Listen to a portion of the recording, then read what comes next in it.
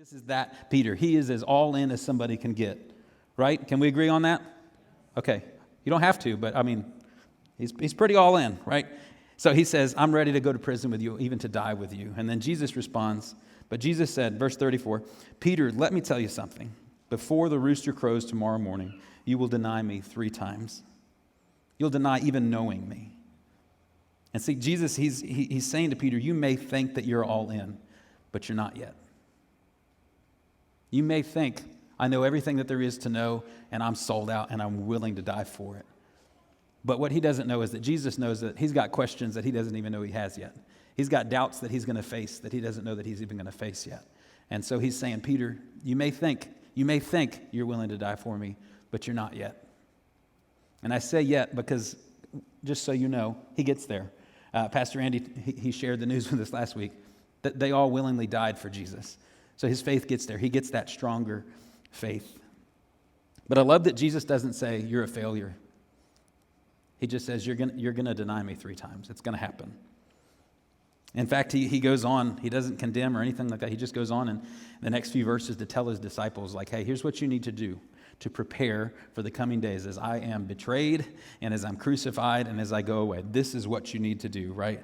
And I don't think they really got it at all, but Jesus did what he needed to do.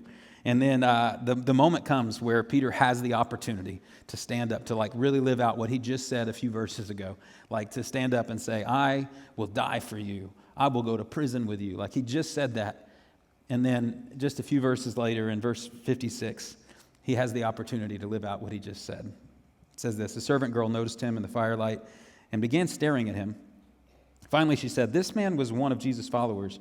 But Peter denied it. Woman, which is not a great way to start a sentence. Woman, he said, I don't even know him. 1. After a while, someone else looked at him and said, you must be one of them. No, man, I'm not, Peter retorted. 2. About an hour later, someone else insisted, this must be one of them because he's a Galilean too. But Peter said, man, I don't know what you're talking about. 3. And then immediately the rooster crows. And if you read in Scripture, Jesus is actually, he's at the whipping post. Peter's kind of hiding in the crowd, and Jesus turns and he looks at Peter. And Peter, he goes, oh, yeah, never mind, I do know him. No, he doesn't. He cries and he runs away. He cries and he runs away, which I think we could all just, if we were really honest, I won't make you raise your hands, but we've all done that. We've all denied him. We've all just run away. We've all just gone back to what we know and said, I don't know about this.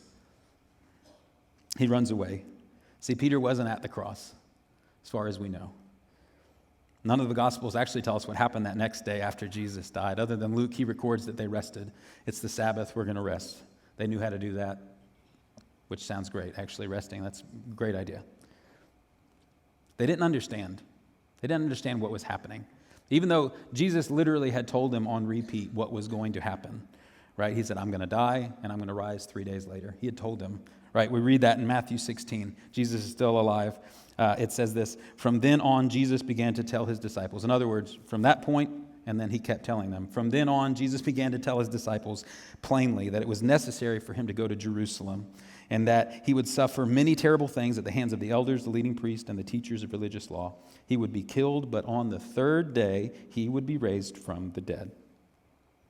He told them. He told them over and over and over and over again, but they could not wrap their heads around it. It seemed too impossible. It didn't make any sense. Yeah, Jesus did amazing things when he was alive, but he was alive when he did them. And dead people don't do things, right?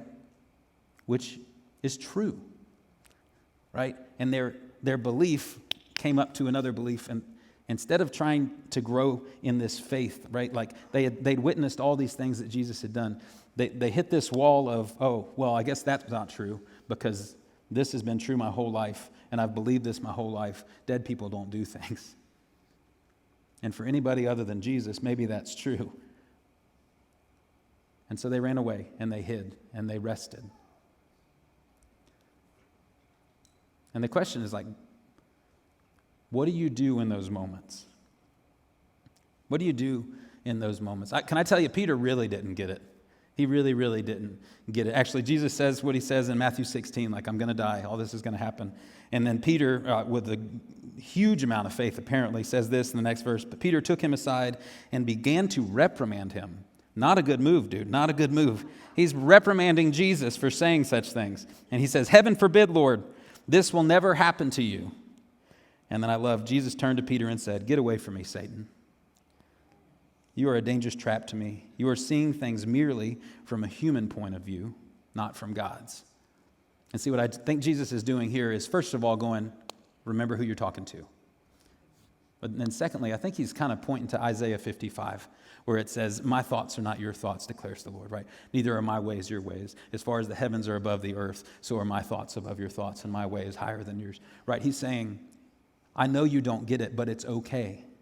In other words, my plan was never your plan. Stop thinking that it's going to be your plan. And I got to tell you, I read through Scripture and I go, how do you guys not see this? Like, I know we have a little bit more of the full picture of what happened now.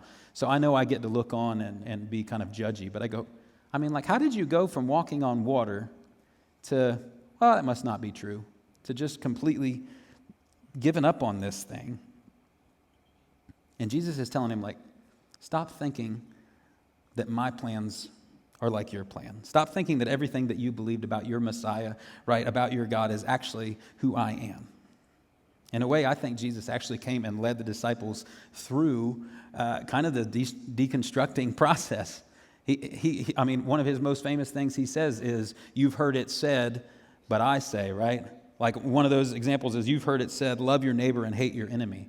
But I tell you, love your enemies and pray for those who persecute you. You've heard this, right? You've believed this. But what I'm trying to tell you is that's not the faith that I'm calling you to. That's not who I am. That's not who your God is. That's not what the Messiah looks like.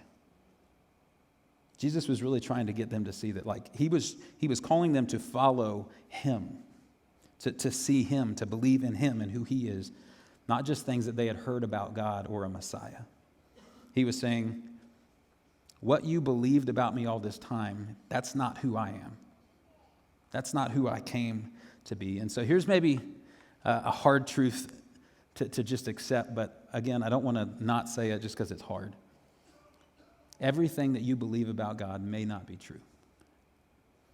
Let it sink in for a minute. Absorb the punch. Everything that you believe about God might not be true, and that's okay.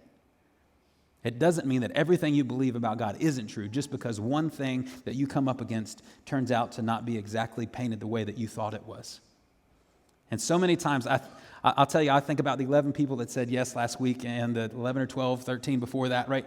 Like, I don't want to say it's not easy to come into a room like this filled with people that you don't know and say, yes, I accept Jesus, and say, I'm all in, right? But that's kind of what Peter does, right? I'm ready to die for you. I'm in. I'm all in. And then you face something, and you come up against something, and doubt creeps in. And I just want to challenge you, when that doubt creeps in, don't take that as a sign that, oh, I got to give up on this thing. I'm done with it. Because remember, doubt is not the opposite of faith. It's an opportunity to a stronger faith. And so I challenge you, lean into that doubt and go, what is that? What is that? Don't give up on everything that you believe just because you can't figure out how to make one thing line up with this picture that you've painted of this perfect God that you love and all this, right? Like, why do you doubt? And this is what Jesus was calling Peter to do, right? Give up the lies that you've believed and cling to the truth. Jesus wanted them to focus on the truth and get rid of all of the things that they had attached, right? All the man-made tradition, religion, regulation, like all of that. He's saying, I mean, do what you want with that, but that's not what I'm calling you to. That's not what I'm about.